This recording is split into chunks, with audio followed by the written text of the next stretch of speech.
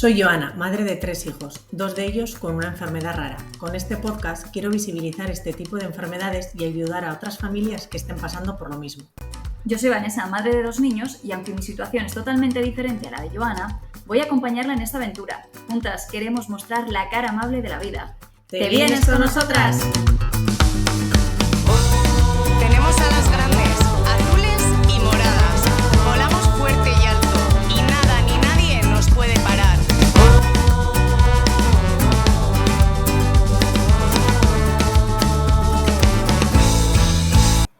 28 de febrero, Día Internacional de las Enfermedades Raras, y estaba claro que esta fecha la teníamos que aprovechar porque tenemos aquí casi una experta en enfermedades raras. Bueno, en la mía. En la tuya.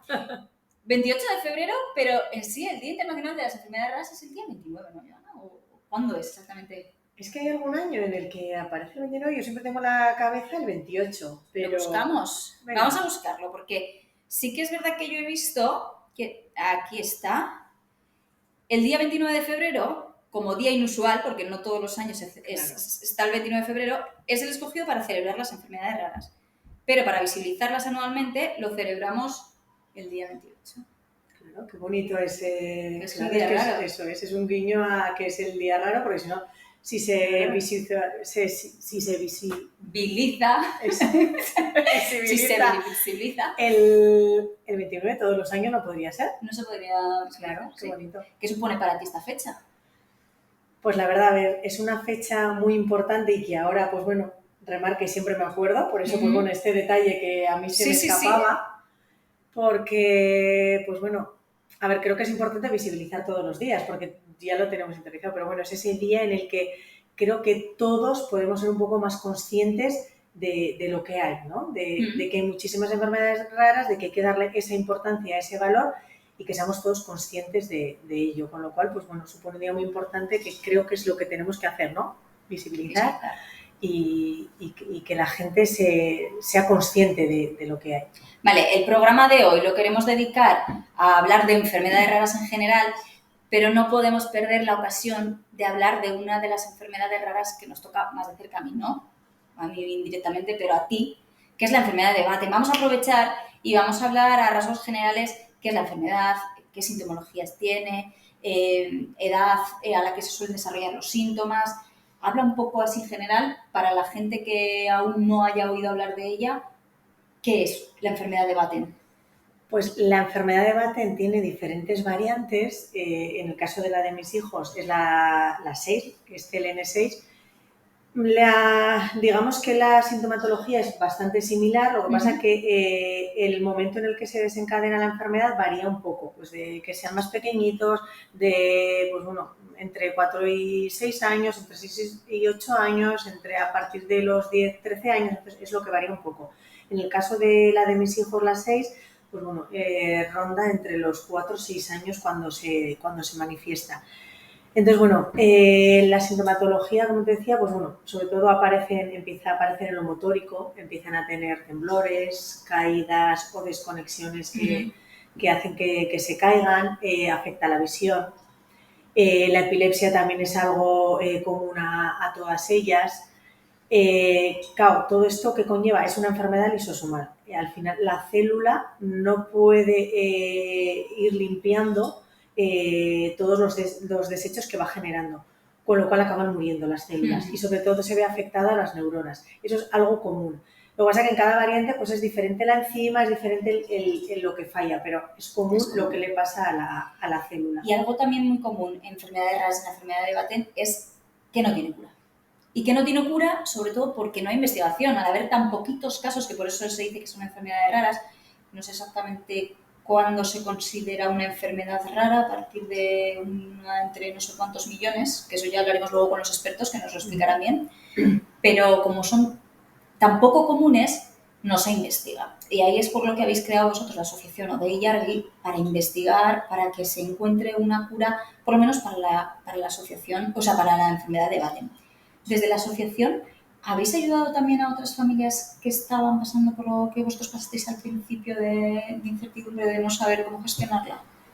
Pues la verdad que es gratificante. A ver, es una mierda hablando claro. Sí. que encontremos a familias con esta enfermedad. Pero es gratificante que, ya que la tienen, el que se pongan en contacto contigo y por lo menos les puedas intentar guiar un poco. Y es cierto que a través de la asociación se han puesto muchísimas familias. Pues bueno, en España sí que no han aparecido más con esta variante, pero bueno, es que se ha puesto gente en contacto con nosotros de Costa Rica, de Cuba, de Brasil, de Suiza, diferentes familias que nos han encontrado y nos dicen, ¿qué hacemos? O sea, acaban de diagnosticar a nuestro hijo, a nuestra hija, ¿qué podemos hacer? Entonces, claro, nosotros la primera información, desde luego, o sea, es pues tranquilos, estamos aquí para acompañaros en lo que se necesite. Pues bueno, yo directamente lo primero que hablo desde que mis hijos están tomando mi Glustat es tenéis que conseguir esto, o sea, como sea.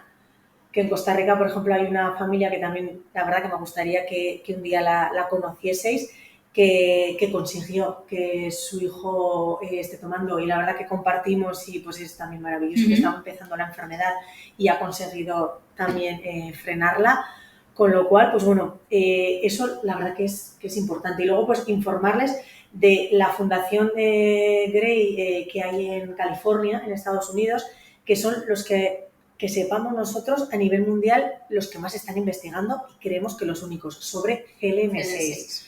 Ahí es donde se está llevando a cabo de nuevo el ensayo clínico para la terapia génica, que es donde tenemos puesto nuestro punto de esperanza y esperemos que pronto podamos ir para seguir con ello, con lo cual, pues bueno, les ponemos en contacto con ellos, les hablamos de un grupo de Facebook que hay de Batten-CLN6 a nivel mundial, que ahí pues podemos compartir. Entonces, pues bueno, la verdad que eso es gratificante, el poder agruparnos y el podernos apoyar, y es importante. Lo dices por experiencia propia, porque seguramente que cuando os dieron el diagnóstico empezasteis a buscar como locos alguna asociación, institución, algo al que poder agarraros, que os pudiera dar pues la información que ahora mismo dais vosotros, ¿no? De ayudas, de soluciones, de intentar buscar alguna investigación, algo a lo que agarraros. Y ahí entró también en juego una asociación que hay aquí en Navarra, que tú conoces muy bien. ¿Qué asociación es? Asociación de Gerna. La verdad que nos hablaron ya en el hospital de ellos y pues bueno, enseguida nos pusimos en contacto con ellos. ¿Qué es Gerna?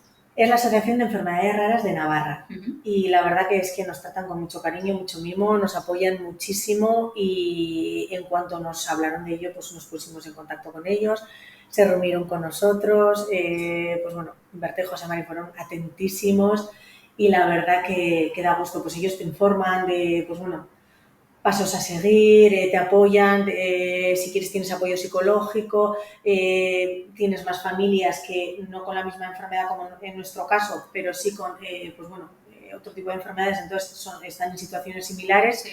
Y la verdad pues que bueno, es un apoyo importante. Ahí tuvimos un primer encuentro que se hizo todos los años, se hace pues un encuentro de familias, conocimos a familias la verdad que maravillosas. Ahora sí que me gustaría tener más contacto, pero por la situación que tenemos, 3 hijos y todo esto, pues muchas veces estando en Pamplona, pues bueno, estamos lejos, pero es que para cualquier cosa que necesitamos, llamas y sabes que están ahí. Y vamos, es un apoyo muy importante.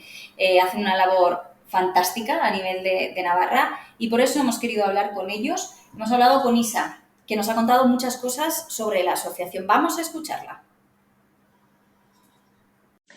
Hola, soy Isa, la secretaria de la Asociación Gerna, Grupo de Enfermedades Raras de Navarra. Mi función en la asociación es gestionar la oficina y realizar proyectos para obtener subvenciones que ayuden a las personas afectadas y a sus familiares en sus terapias y actividades de ocio dentro de la asociación. Actualmente en la asociación hay 442 familias. De ellas hay 404 personas afectadas, de los cuales 247 son adultos, 127 son niños y 100 personas están sin diagnosticar. Hay 232 enfermedades raras diferentes dentro de la Asociación Gerna en Navarra. La Asociación Gerna juega un papel crucial en el apoyo a las familias y personas afectadas. Ofrecemos servicios de apoyo emocional y psicológico, tanto a los pacientes como a sus familias, ayudándoles a enfrentar el impacto emocional de la enfermedad. Les ayudamos estableciendo redes de apoyo mediante la formación de grupos y redes comunitarias, Esto les facilita compartir experiencias similares y se fomenta un entorno de comprensión y solidaridad.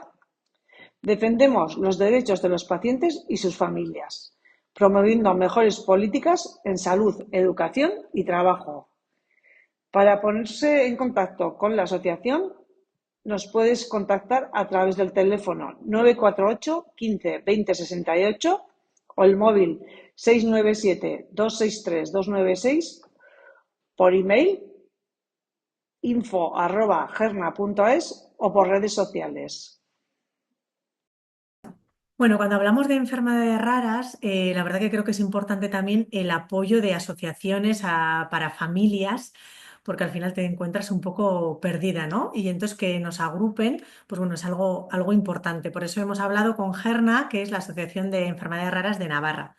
Pero creo que es algo que hay algo también muy importante, que es la investigación. Hay que investigar, son enfermedades, o sea, hay muchas enfermedades raras y es importantísimo el investigarlas.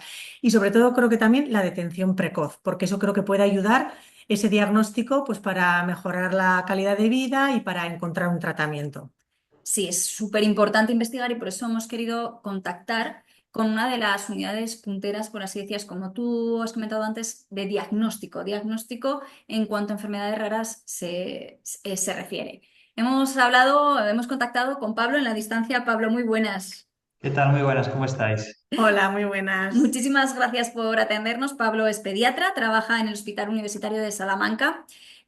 Pablo, tú coordinas una de las unidades de referencia a nivel estatal de diagnóstico de enfermedades raras. ¿Por qué no nos hablas un poco de esa unidad? ¿Qué tiene de especial? ¿De qué os encargáis? A ver, lo que ocurría es que Castilla y León es una comunidad un poquito especial, que siempre se ha dicho que es una comunidad con mucha dispersión de los habitantes. Teóricamente tiene pocos niños, aunque realmente a la larga pues tiene bastantes niños, pero están muy dispersos, y había un déficit en el diagnóstico, ¿vale? Es decir, no había ningún laboratorio, ninguna unidad que pudiera asumirlo. Entonces, bueno, pues hace unos años nos pidieron a ver si podíamos montar una unidad que pudiera responder a las necesidades que había en la comunidad. Esto que os decía de que teníamos pocos diagnósticos y que además cada niño estaba en una provincia, y además que pues una provincia muy, muy dispersa, pues desde Soria hasta León, pues hay 4 horas de viaje. Entonces lo que hicimos es una unidad que estaba centrada un poquito en el paciente, en el cual la comunidad de Castilla y León, la sanidad en Castilla y León se adaptaba al paciente, ¿vale? Entonces establecimos la asistencia a estos pacientes en distintos niveles, ¿vale? Entonces hablamos de 3 niveles. El nivel uno, lo que ocurría era que el área de salud tenía todos los medios necesarios para el diagnóstico y el tratamiento, pues evidentemente ahí no se hacía nada. En nivel 2 lo que hacíamos era que el área de salud tiene todos los medios, pero le falta el medio de la genética, ¿vale? Entonces, de forma habitual lo que se hacía en esos casos es que se enviaba al paciente, se le enviaba a otro hospital, se hacían los estudios genéticos, pero lo que decidimos es que no merecía la pena, ¿no? Es decir, los hospitales de Castilla y León funcionan bien, los pediatras funcionan muy bien, entonces que en esos casos, pues lo que hacían es que se contactaban con nosotros por teléfono o por correo, nos contaban la historia, nos enviaban fotografías, y lo que hacían era que nos enviaban el tubo de sangre, y con el tubo de sangre nosotros trabajábamos en conjunto con los pediatras y los médicos de laboratorio de cada hospital. Lo analizábamos y conseguíamos diagnósticos. ¿Qué es lo que pasaba? Pues que puede que el paciente solo vea al pediatra de su hospital, pero detrás de ese resultado de esa genética, pues había muchísima más gente. Estaba implicado el pediatra del área de salud, el laboratorio, nuestros técnicos, nuestra gente del laboratorio y también los pediatras, ¿vale? Es decir, porque discutíamos todos los pacientes entre nosotros, ¿vale? Y luego está el nivel 3, que ya es el más complejo, en el cual sí que el paciente tiene que trasladarse. Lo que hemos conseguido hasta ahora es que menos del 10% de los pacientes con enfermedad rara tengan que desplazarse a la banca, ¿vale? Es decir, simplemente pues contactando, hablando con el pediatra, haciendo historias por teléfono o por correo electrónico, pues estamos llegando a muchísimos diagnósticos sin que el paciente tenga que sufrir los incontables traslados que todas las familias con enfermedades raras están contando continuamente. Pablo, me parece algo súper interesante. La verdad, porque yo como madre de dos niños con una enfermedad rara, la enfermedad de Batten, pues veo un poco ese vacío incluso a nivel estatal, ¿no? Pues el decir, pues una enfermedad muy rara, igual en tu comunidad no existe, pero puede que exista en otra comunidad. Entonces, esta unificación que estás hablando en Castilla y León, que me parece súper interesante, ¿hay algo a nivel estatal o crees que si no lo hay sería importante o cómo se podría hacer? A ver, ahora mismo no lo hay como tal, pero sí se está trabajando para hacerlo, ¿vale? Es decir, desde el ministerio y desde algunos hospitales se están creando ya redes de hospitales que son especialistas en enfermedades raras. Incluso se está trabajando en una aplicación, en un software que integre todo lo que es el proceso diagnóstico de las enfermedades raras, pues para un poco hacer lo que nosotros hacemos aquí en Castilla y León, pero hacerlo en España y hacerlo pues a lo grande, no solo en el diagnóstico, sino que hacerlo también para el tratamiento, también el aspecto social, educativo y todos los aspectos. Entonces, ahora mismo no lo hay, pero es de esperar que en los próximos 3 4 años ya os daréis cuenta que algo se está haciendo. Se está Entonces, ahora moviendo. mismo las enfermedades raras es algo que preocupa, no solo nos preocupa a los sanitarios, pero las asociaciones de enfermedades raras lo que han conseguido es que empieza a preocupar a los políticos, ¿vale? Entonces, al preocupar a los políticos ya se están haciendo estructuras, se están haciendo programas para mejorar la asistencia a estos pacientes. Y Pablo, en vuestra unidad, ¿habéis notado también que con todo el trabajo que estáis haciendo en los últimos años se ha avanzado en la detección precoz? Es decir, si antes se tardaba un año en detectar una enfermedad rara, ahora ese tiempo se ha acortado. Sí, mira, el otro día además lo hablaba con la asociación de aquí, de Castilla y León, la Asociación de Pacientes de Enfermedades Raras, y me decían que, Pablo, que estamos preocupadísimos, es que están surgiendo pacientes por todos los lados. Algo está pasando. Y dije, mira, no os preocupéis, no es que haya ahora más enfermedades raras, es que estamos diagnosticando muchísimas más, ¿vale? Eh, yo que llevo una consulta específicamente de enfermedades raras en los últimos 6 años, pero ya tenía muchas enfermedades antes. ¿Y por qué? Porque yo sabía que había enfermedades raras y me preocupaba por intentar diagnosticarlas y movía cielo y tierra para conseguir el diagnóstico. Cuando nosotros empezamos con la unidad, que fue en el año 2017-2018, los primeros pacientes que diagnosticamos, cuando cogimos el primer año, los primeros meses, lo que vimos es que la media del diagnóstico, la media de edad del diagnóstico estaba en 11 años, ¿vale? Es desastroso, ¿vale? Es decir, 11 años para un diagnóstico de enfermedades raras es malo, ¿vale? Pero lo que hemos conseguido a lo largo del tiempo, ¿vale? Incluyendo también ese primer año que estábamos en 11 años, es acercarnos a los 5 años, ¿vale? Que eso incluso ahora mismo está por debajo de lo que está descrito aquí en España, que el diagnóstico está cercano a los 6, ¿vale? ¿Qué es lo que pasa? Que cuando uno busca, cuando uno tiene medios para el diagnóstico, al final se diagnostican niños. No hay más niños con enfermedades raras. Lo que pasa es que ahora somos capaces de diagnosticar muchísimo más. Y eso ha Ujú. logrado, bueno, pues que tengamos muchos niños por debajo de los 5 años, incluso con diagnósticos de niños con menos de un mes, ¿vale? Pero es lo que se necesita, es gente que esté trabajando, se necesitan medios, ¿vale? Y se necesita que, bueno, pues que todas las estructuras del sanitario se impliquen en el diagnóstico. Qué interesante, Pablo. La verdad que me parece una noticia buenísima e importantísimo. Y tú como pediatra especializado en enfermedades raras, cuando os veis con un diagnóstico, cuando llega un niño con un diagnóstico, ¿qué protocolo seguís o cómo aconsejáis a la familia o qué proceso seguís? Mira, un diagnóstico, además lo sabes tú como madre más mejor que yo, pero un diagnóstico de enfermedades raras no es solo decir, mira, tienes tal enfermedad y el tratamiento que hay es este o este otro. No, es decir, uno, para dar un diagnóstico de estas características, sobre todo cuando son enfermedades raras severas, lo primero que hay que hacer es tenerlo muy bien estudiado y dedicar tiempo para poder informar a la familia, ¿vale? Se tienen que informar de lo que se ha diagnosticado, de lo que conlleva el diagnóstico que hemos hecho, de si hay un tratamiento específico o si no lo hay, que habitualmente o lamentablemente lo que ocurre es que no hay un tratamiento específico, pues ver qué posibilidades hay. A lo mejor es simplemente tratamientos sintomáticos o a lo mejor algún tipo de apoyo, pero también hay que informar y en eso consiste también una asesoría genética completa, en decir cómo está la situación en esa enfermedad desde el punto de vista de investigación. Si necesita algún tipo de apoyo psicológico, pues también ofrecer todas estas posibilidades.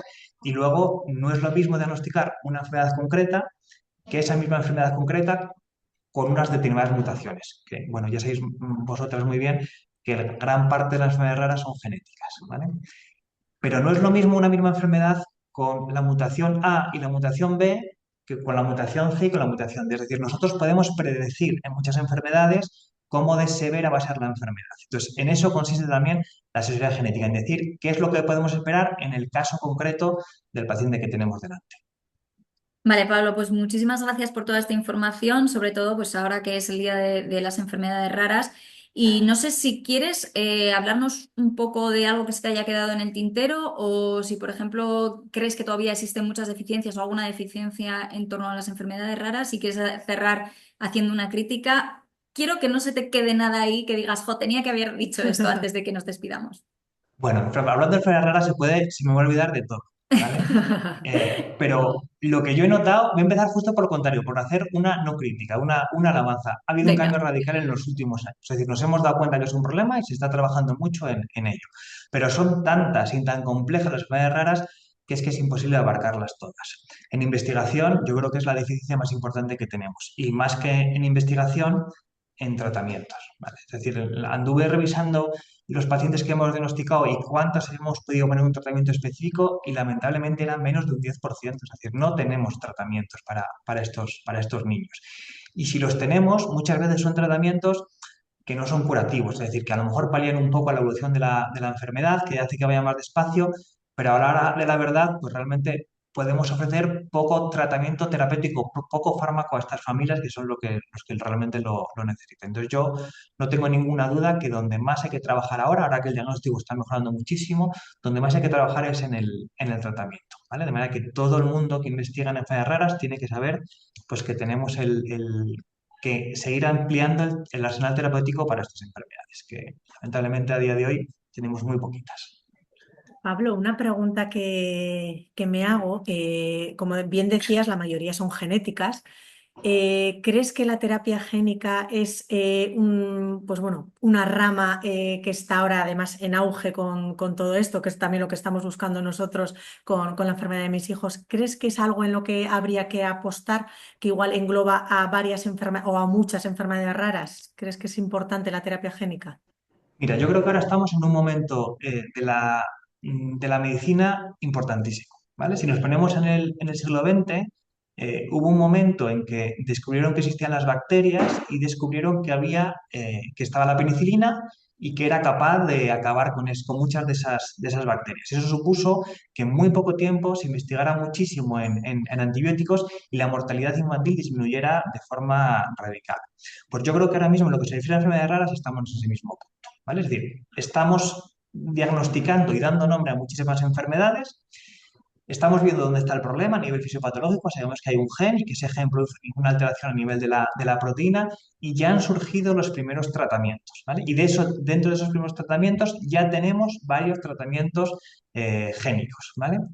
Y tenemos la suerte ya en enfermedades como por ejemplo la atrofia espinal tipo 1, que el pronóstico ha cambiado radicalmente con un tratamiento génico. Y es de esperar en los próximos años que empiecen a surgir este tipo de tratamientos en muchísimas enfermedades, sobre todo en las que son progresivas, en las enfermedades de depósito. En esas empezarán a surgir, yo creo, muchos tratamientos génicos, en las enfermedades neuromusculares irán surgiendo poco a poco en los próximos años muchos tratamientos que van a cambiar radicalmente, que yo confío que cambien radicalmente el pronóstico de estas enfermedades. Pues Pablo, yo creo que lo que tenemos que hacer es eso, abogar por la investigación, que se apoye, visibilizar también todo este tipo de enfermedades, porque cuanto más visibilicemos las enfermedades, más se conocen, más casos hay, más presión también, como tú decías antes, los gobiernos están como más presionados por esas asociaciones, así que vamos a aprovechar este día para hacer un alegato por la investigación, Sí. que se invierta también en este tipo de cosas. En investigación de enfermedades raras, sí, sí, que Ujú. hace mucha falta. Pero la verdad que me quedo con algo positivo, que veo esperanza, que veo que se está avanzando, como decías, muy, muy rápido y me quiero quedar también con eso, con que vamos a conseguir que se vayan, pues bueno, que vaya habiendo diferentes tratamientos para las enfermedades raras. Así que muchísimas Seguro que sí. La verdad es gracias. que son muchas, iremos Sí, poco a poco consiguiendo. Muchísimas gracias a vosotras. Gracias sobre todo a gente como tú, Pablo, que estáis ahí al pie del cañón eso es, eso. buscando soluciones. Muchísimas gracias, ¿eh? Muchas gracias. Nada, a vosotras, un saludo. Hasta ahora hemos hablado de enfermedades raras, sobre todo que se detectan en la infancia, pero ¿qué pasa cuando una enfermedad rara, cuando se detecta cuando ya eres un adolescente, cuando ya eres adulto, cuando ya tienes conciencia de que tienes una enfermedad rara. Ivana, ¿tú conoces a alguien que nos puede hablar de esto, verdad? Sí, la verdad que tuve el placer de conocer a Alba Saskia en Madrid, en el reconocimiento de Ellas Cuentan que organiza CINFA y Malas Madres. Fue maravilloso conocerle a ella, a Ángela y a Patri, porque fue algo muy, muy bonito. Y creo que ella nos puede hablar de eso porque le dieron el diagnóstico con 21 años. Hola Alba, muy buenas. ¿Qué tal? Hola. ¿Por qué no nos cuentas, Alba, un poquito cómo fue todo ese proceso, cómo empezó la enfermedad, el diagnóstico, cuál es la enfermedad? Cuéntanos un poquito. Pues sí, pues mira, yo a los 12, 13 años empecé a sentir que en el colegio lo típico, que escuchas menos, ¿no? Pero como está empezando la adolescencia, pues muchas veces los médicos y demás, pues era como, da cual, está en la adolescencia, es una etapa difícil y no prestaban como mucha atención a que yo pudiera tener este problema. Era otra época también, creo yo, distinta ahora. Entonces se dejó pasar un poquito hasta que una profesora sí que me ayudó a hacerme pues audiometrías y demás. Y eso os hablo 12, 13 años, hasta los 21. Yo he estado pues en neurología y demás, pero como no había ningún otro síntoma, pues todo el mundo se pensaba que era una sordera especial, porque siempre ha sido especial la hipoacusia. Para mí no se puede tratar como una sordera donde bajan los decibelios y ya está. La hipoacusia es distinta porque yo percibo el mundo con sonido, pero ese sonido se distorsiona y al final es complejo porque los implantes cocleares y demás al final no tienen mucha cabida aquí en esta ecuación. Y eso os hablo hasta los 21 años, que en cuestión de 2, 3 meses sí que mi cuerpo empezó un deterioro muy heavy, muy fuerte. Y a los 21 me diagnosticaron en Barcelona. Y a partir de ahí sí que fue una carrera que creo que como a todos nos pasa, ¿no? La historia es que, claro, yo siempre he agradecido mucho que tuviera este brote severo a los 21 porque al final he podido minimizar los daños bastante, creo yo, desde donde lo puedo vivir. Y a los 21 años, sí, pues que encamada, sin andar, sin comer, sin hablar, sin poder hacer, el cuerpo totalmente paralizado. La historia es que a mí me enviaron a casa sin mucho más que una PEC, una sonda para poder comer, porque tenía una disfagia muy grande. Y esto os estoy hablando del 2012.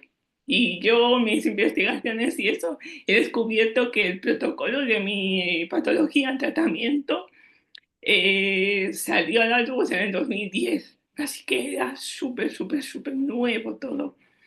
Yo en el 2012 tuve la casualidad de que fui a urgencias en Barcelona y en esas urgencias había un neurólogo que esa noche estaba ahí, pero que normalmente no estaba ahí y que tenía un equipazo que en esa noche me diagnosticaron.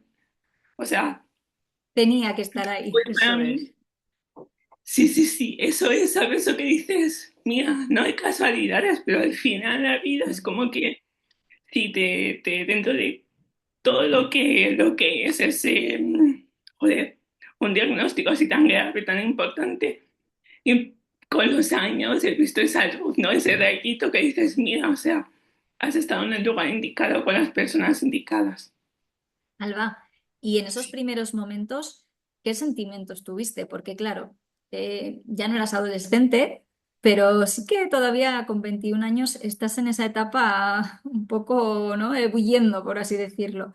¿Qué sentimientos fuiste los que tuviste cuando te dijeron por primera vez, tienes una enfermedad rara?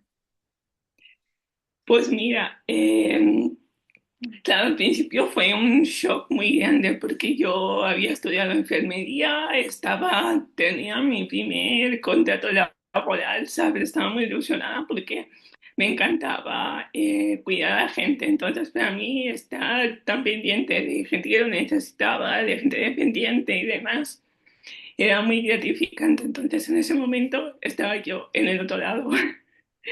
Y es muy complicado gestionar eso porque, bueno, de repente era una chica pues que tenía toda mi independencia a pasar al otro extremo. Entonces fue muy duro. La historia es que siempre digo y recuerdo que tengo la sensación de que mi cabeza, mis pensamientos, mis ideales estaba bien, estaba completamente sano, entonces mi cuerpo era el que no lo estaba. Entonces yo no me veía realmente cómo estaba mi cuerpo porque mi cabeza estaba bien, ¿sabes? Entonces eran sentimientos muy contradictorios. Me acuerdo pues muchas veces de que ir sola al lavabo y casi que yo puedo en el hospital y caerme al suelo redondo porque es que no, el cuerpo no tiraba, pero mi cabeza sí. Entonces volver no sé, a reencontrarte en esa realidad fue complicado, sí.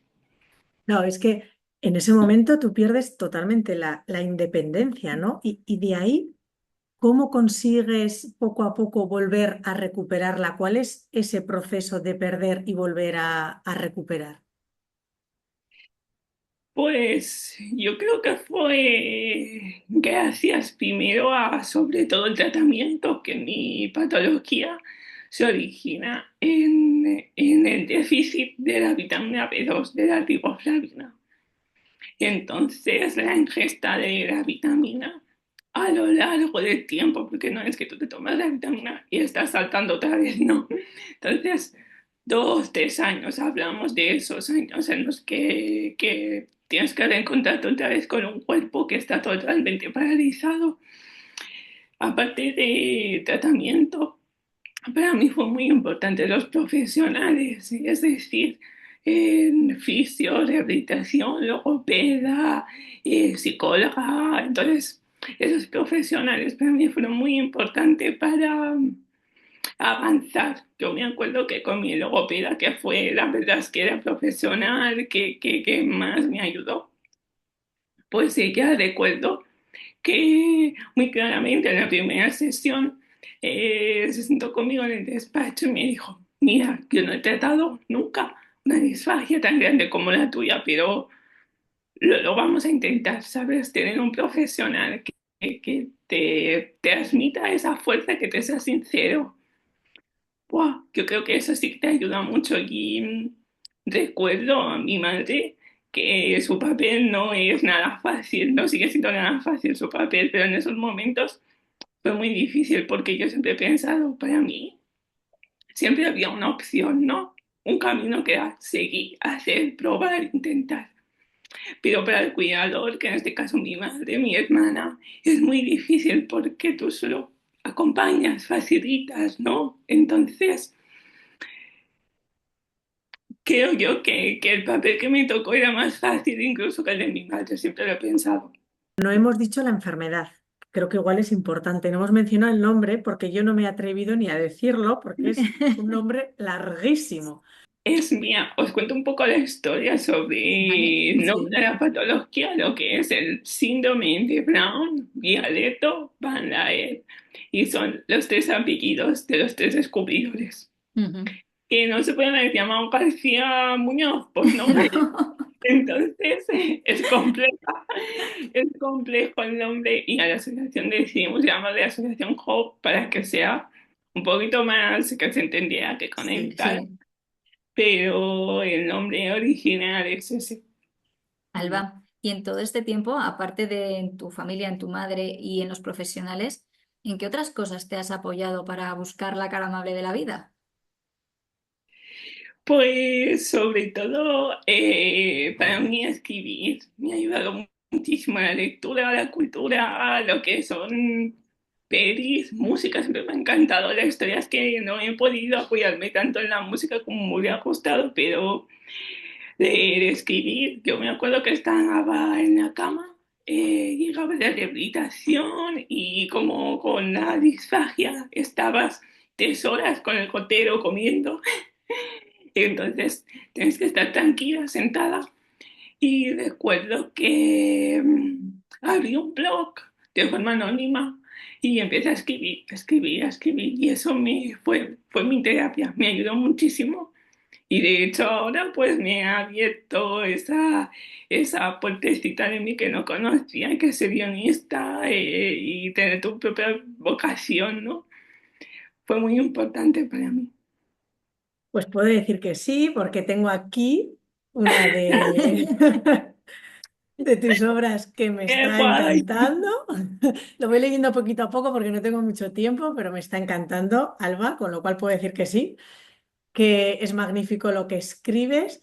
Y creo que, pues bueno, nos puedes contar también un poco la historia de este libro, que es también peculiar, y también un poco, pues, esa ayuda que has tenido también la asociación, ¿no? La asociación de Hope, que también es algo muy importante, creo que para ti. ¿Nos cuentas un poquito más de eso? Que creo que puede ser también algo que te ha ayudado mucho. Pues sí, con la asociación, pues eso, ya fue en el 2015, cuando sentí que estaba un poquito más fuerte y demás, y te atreves a buscar más información y te atreves a ver qué sucede más allá de tu espacio, ¿no? Entonces me di cuenta que no habían personas, no había otro caso diagnosticado como el mío, que no había una asociación, una entidad, que no había nada. Y pensé, wow, pues se tiene que hacer algo, ¿no? Y entonces con mi hermana y con mi madre fundamos Asociación Hope, que este año hacemos 10 años ya y nos hubiera encantado hacer millones de cosas más, pero a veces la vida va a otro tiempo.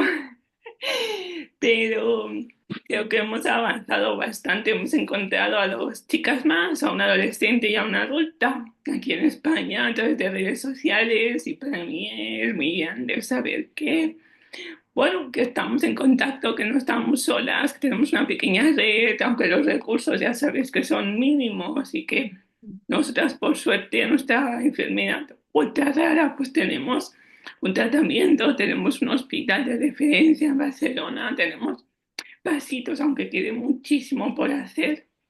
Nosotras podemos estar satisfechas por el camino que se ha recorrido. Una reflexión que estoy aprendiendo un poquito, así que es en estos meses, en este último año, que ha sido el de, pues eso, mantener relación con otras asociaciones, con otras personas con enfermedades raras, que me parece muy importante porque al final es un camino muy solitario, no parece que estás sola, pero en verdad hay mucha gente en tu misma tesitura que te puede ayudar a comprenderte, que te puede ayudar un poco a sobrellevar sobre todo lo que son los inicios de un diagnóstico como tú, Johanna, que estáis en una edad que es temprana, ¿sabes? Y que hay muchas cosas pues que a veces te abruman, ¿no? Que a veces tienes que tener muchas cosas en cuenta. Entonces, yo me he dado cuenta este último año que el crear esa comunidad es muy importante. Así que yo, sobre todo lo que estoy intentando, que pues que comprendamos todas, que no nos quedemos muy en la cuevita, como digo yo, que no nos quedemos muy ancladas ahí y que salgamos, sobre todo, que es importante mostrarnos un poco más. Y con la Asociación HOP, pues vamos haciendo nuestras cositas, estamos bastante centradas con la divulgación, la información, sobre todo el compartir. Y, y ahora que estoy más vinculada con el audiovisual, pues quiero hacer cosas sobre los subtítulos, sobre el cine español, que todavía hay mucha falta de inclusión para la diversidad funcional que a mí me toca. Entonces, queremos ir haciendo cosas en ese aspecto y muy contentas por poder unificar, ¿no? Lo que es mi vocación, lo que realmente me ha tocado vivir y defender y estar ahí al pie de cañón. ¿Cómo te encuentras en el estado de la enfermedad? O sea, porque la enfermedad puede seguir avanzando, o sea, tienes bajones o recaídas y ¿cómo estás ahora mismo? Tanto física Eso es, como anímicamente. Eso es. Pues yo ahora estoy, para mí estoy en un momento muy bueno, tanto físicamente como emocionalmente. Estoy en uno de mis mejores momentos de la vida, ¿sabes? Y me pillas muy optimista y digo que todo está bien cuando es verdad. Hay muchas cositas que, bueno, que están ahí o que he normalizado y que está bien, ¿sabes? Eso se trata de convivir un poco. Pero, claro, intento estar muy en presente, porque si te pones a divagar, te pones a pensar, la mente ya va a las catástrofes, ¿no? Porque tenemos un poco la cabeza es así. Entonces, claro, yo ahora mismo, no sé si en realidad acabo de cumplir 34 años, ¿vale? Y mi cuerpo a veces parece que tenga 80, entonces es encontrar un poco ese equilibrio. Y me he dado cuenta que cuanto más fuerte tenga el cuerpo, va a ser medicina también para el futuro. Va a ser algo que me ayude mucho a superar lo que venga, porque al final no me puedo olvidar que es una enfermedad neurológica, neurodegenerativa, crónica, que son muchas cosas y yo quiero retrasar al máximo mi edad de dependencia y de autonomía. Entonces, creo que eso con los años sí que me ha hecho pensar cómo mejorar eso y cómo mantenerme fuerte. Y de momento ahora, pues mi patología, muchos controles, sobre todo porque lo mismo que me sucede en el aparato auditivo puede suceder en los ojos. Entonces, muchos controles, tener un buen estilo de vida, porque al final le dije al oftalmólogo que hay en mi mano, ¿sabes qué puedo hacer para prevenir o para retrasar? Y me dijo, ser buena. Entonces, intentar ser buena, cuidarse, mantenerse, sobre todo a nivel emocional, que creo no solo para las enfermedades raras, sino para todo el mundo. El tema emocional de todo ese sistema que nos, al final, que nos regula, ¿no? Mantenerlos un poquito a flote. Y también, pues lo que te decía, estar muy en presente, porque al final nadie tenemos ninguna garantía de lo que nos puede suceder mañana. La historia es que nosotras somos tal vez más conscientes de que el mañana puede ser muy duro. Entonces, mantenernos muy aquí. Creo que eso es Alma, algo común, ¿verdad? sí. Con todos los que hablamos, y yo me incluyo ahí, creo que hemos aprendido a vivir en el presente, no irnos muy allá porque es lo que Ujú. más nos puede afectar psicológicamente. Y como no está en nuestras manos el futuro, creo que súper importante eso que dices de estar aquí, en el hoy. Sí. Nosotras siempre solemos cerrar los episodios de una manera especial, pero yo creo que hoy lo vamos a cerrar contigo y con tus palabras, porque eso de vivir el presente nos lo quedamos Sí. cuando hay una enfermedad rara, creo que es lo más importante, vivir el presente. Pero aparte, Joana Sí, tiene algo ahí sí. clavadito. Yo me gustaría, Alba, que nos recordases el manifiesto de vuestra asociación, el que dijiste en la gala de Ellas Cuentan, que nos emocionó a todos. Estoy segura que no hubo ni una sola persona que no se emocionase y me encantaría que nos lo dijeses y que cerrásemos con eso porque creo que es algo con lo que se puede quedar la gente. Yo feliz, lo tengo por aquí, lo voy a leer. Sí. Muy bien. A ver, vale. Tras un diagnóstico viene la pregunta de ¿y ahora qué? Nosotras, desde nuestra historia, podemos contestar lo siguiente. Ahora la vida te pone a prueba, día a día, minuto a minuto, sin descanso. Todo va a permanecer frágil de aquí a un tiempo, pero las cosas mejoran, aunque la enfermedad no lo haga. Tú vas a ser distinta y por lo tanto tu vida, tu alrededor y tu mirada van a transformarse. Ten miedo y duda de ti, pero no te quedes en esa emoción eternamente. Una vez sientas tu propia fortaleza, sal al mundo y preséntate de nuevo, las veces que haga falta. Hay mucha gente que va a darte la bienvenida y van a amar al ser hermoso que es. Va. Qué bonito, Es Alba. que es Muchísimas precioso, gracias, de verdad. precioso, precioso.